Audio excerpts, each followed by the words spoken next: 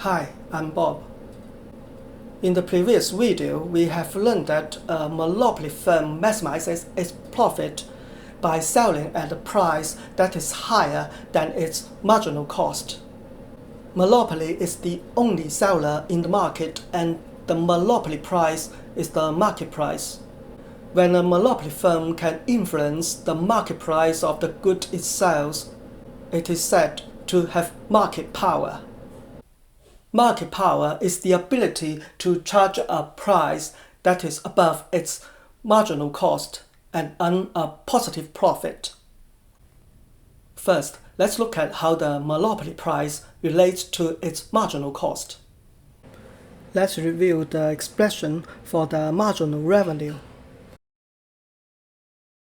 Marginal revenue is equal to dr over dq. Total revenue is price times quantity. Using the product rule of differentiation, we can write the monopoly's marginal revenue in two terms. This is what we have seen last time. We continue to rearrange the terms. For the second term, we add price to both the numerator and the denominator. By the definition of the price elasticity of demand, part of the second term is the elasticity.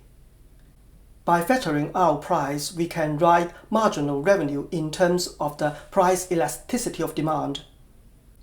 At the monopoly firm's profit maximizing output level, marginal revenue is equal to marginal cost.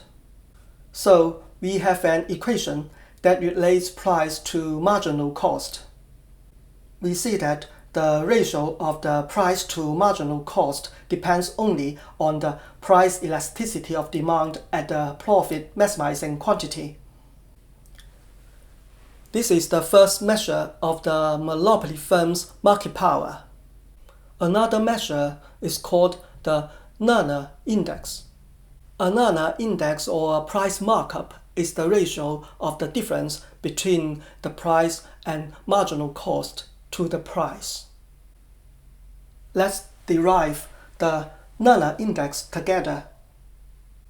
We first flip the equation and then minus 1 from both sides.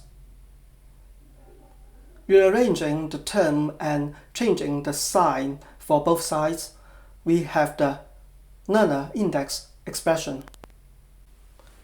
This market power measure also depends only on the price elasticity of demand, like the first measure of the market power.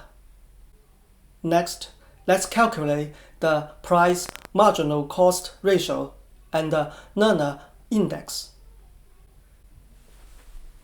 Suppose the price elasticity of demand is minus 1.01, which means the demand is slightly elastic.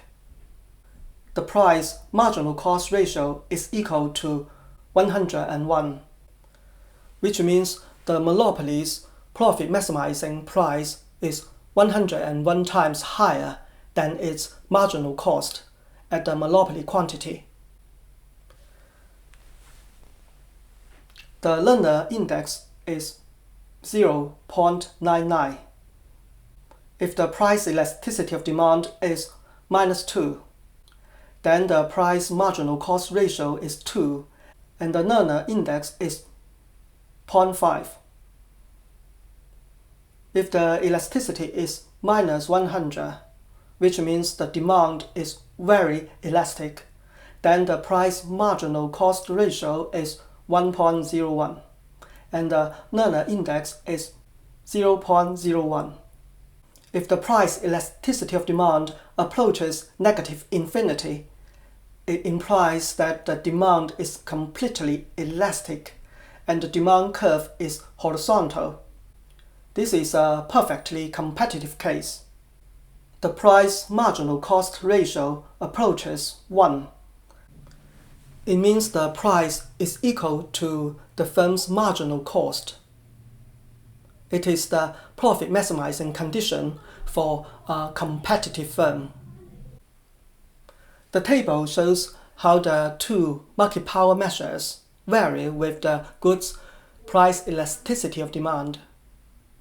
We find that if a monopoly firm faces a demand that is less elastic, the monopoly has greater market power. It can set its price much higher than its marginal cost to maximize its profit. In this case, the price-marginal cost ratio is large, and the Lerner Index is close to 1. If a monopoly firm faces a demand that is more elastic, the firm has less market power. Both the price-marginal cost ratio and the Lerner Index decrease. Finally, a monopoly that faces a horizontal, perfectly elastic demand sets its price equal to the marginal cost, as a price-taking competitive firm does. The price-marginal cost ratio is 1, and the Lerner Index is 0. It suggests that the firm has no market power. It could not influence the market price. Notice that the monopoly firm will not operate on the inelastic portion of the demand curve. That is to say, all the price elasticities we analyze above are greater than 1 in absolute value. To see why, we can look at this equation that relates price to marginal cost. The right-hand side is positive, so 1 plus 1 over epsilon must be positive. That leads to the result that epsilon must be less than minus 1. Therefore, when we say that a monopoly firm has a greater market power when it faces a demand that is less elastic, we mean that it is still in the elastic portion of the demand curve, and the elasticity is greater than 1, but it is not too large, such as smaller than 5. In a word, a monopoly firm has greater market power if the goods demand is less elastic. We have discussed the determinants of the price elasticity of demand in video 23. The elasticity of demand is usually small when there's no close substitute for the good. The good is a necessity or over shorter time horizons. Thank you for watching this video and subscribing to my YouTube channel. See you next time.